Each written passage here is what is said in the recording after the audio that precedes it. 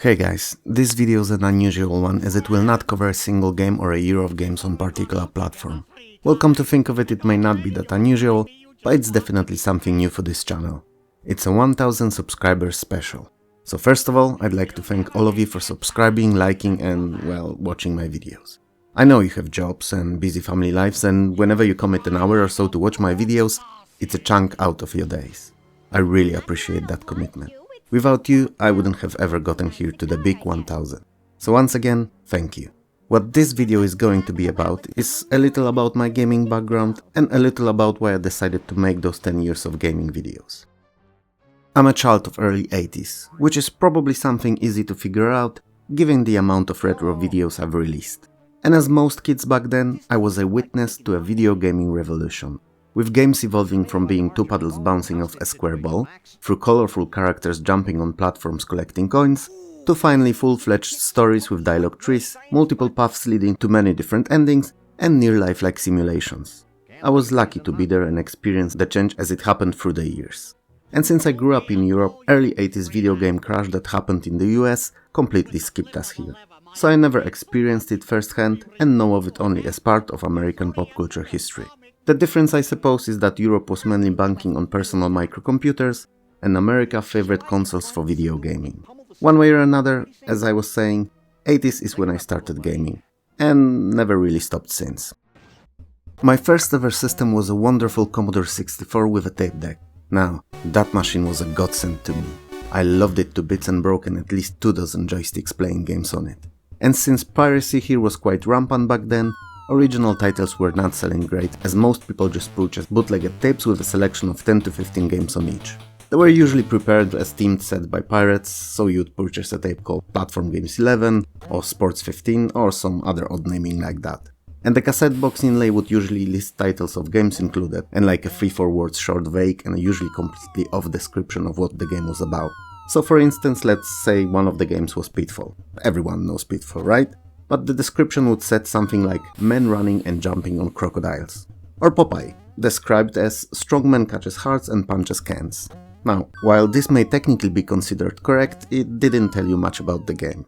Still, it did sorta give you the general idea what gameplay to expect and could even sway you towards purchasing a particular tape.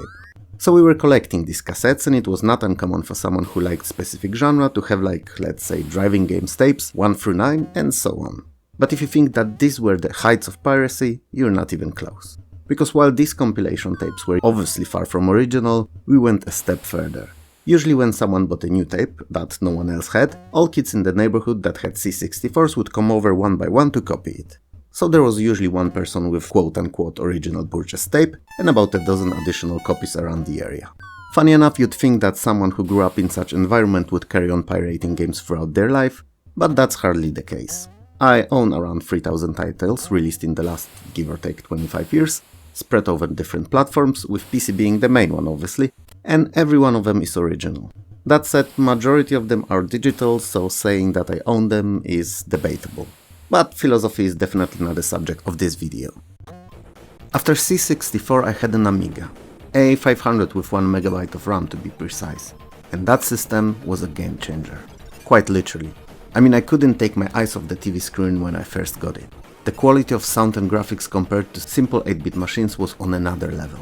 It was a true generational leap. I could finally experience real arcade quality at home, and count on ports from the arcades to be nearly as good as they were originally. And for the most part, Amiga didn't disappoint. I mean, just look at Rainbow Islands, Roadland or both Mortal Kombat games. They're incredible on the Amiga. Even if the latter mentioned required a lot of patience with ungodly load times and mind-numbing disk juggling. This all proved that Amiga had power and capabilities to pull off even the most demanding titles within its technical limitations. Given the skilled programmers would work on the games, that is.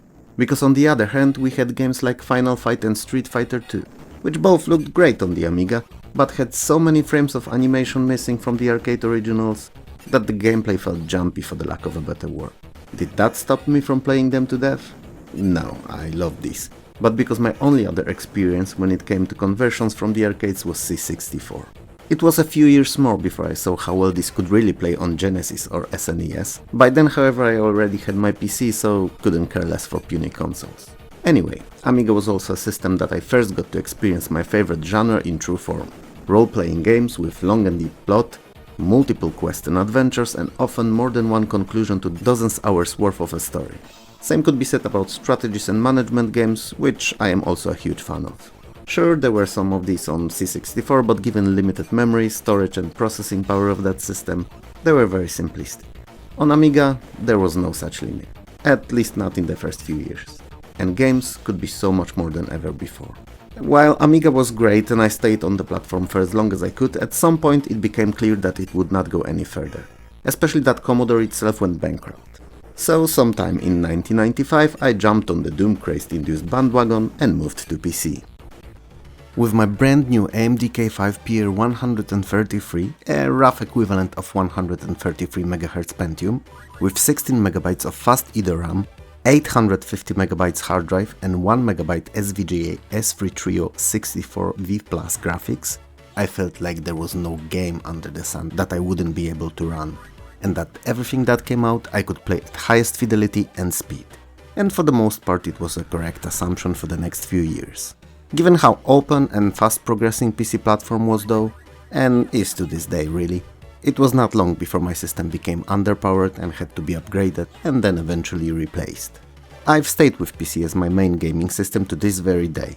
Sure, I still own an Amiga, Xbox Series X and Switch, but PC is just so universal that it beats them all. There's just no competition really. I mean, if you have a semi-decent system built in the last 6-7 years, you can pretty much run most games from all other platforms released up to let's say 2010-ish. And that's dozens of consoles and computers, and thousands of their games at the tip of your keyboard. Often running faster and smoother than they originally did, sometimes in much higher resolution with ability to save games at virtually any point with use of save states. And that's also why I'm a firm believer that today, in 2022, the very best Amiga is a PC. And while it may have been different over the years, today, if I had to live on a deserted island and could only have one system with me, it would definitely be a PC. While I obviously had some experiences with other systems over the years, from Nintendo, Sony, Microsoft and even Sega, I wouldn't say that they were as influential on my growth as a gamer and geek as these three were. So while I enjoy gaming in general, old and new, these three shaped who I am today, for better or worse. So why do I make those 10 years of gaming history series for various platforms at all? Well, to simply put it, there's just nothing like it on YouTube. There are a lot of top 10s, or whatever the number of games in 10 minutes videos left and right, but none like these. And this series is inspired by a special edition of a gaming Mac from early 90s, that the name of I couldn't recall now even if I tried.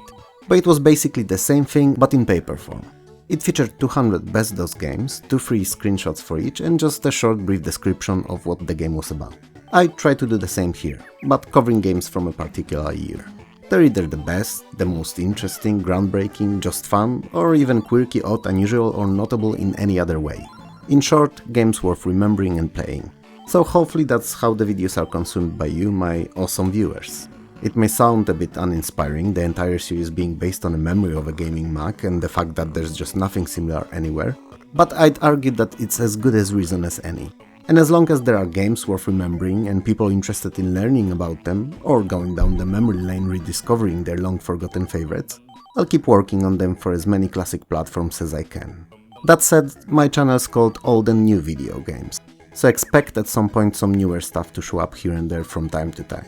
Maybe a review of an indie title, or a modern game that took me by surprise with its story mechanics or addicting gameplay, or maybe I'll make a few short and quick covers of new Game Pass releases, or a deep dive into my next strategy or role-playing addiction. Who knows? Time will tell. For now though, I'm mainly focusing on classics as these are worth preserving and being remembered.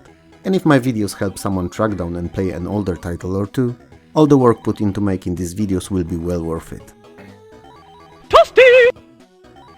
For now though, I'll get back to working on the next episode of 10 years of PC-DOS gaming, as 1994 had some real gems and I'd like to share them with you. Most of all, however, I'd like to thank you once more for watching my content, supporting this channel, and to wish you a Merry Christmas. Spend it with family, eat good food and play games. Peace.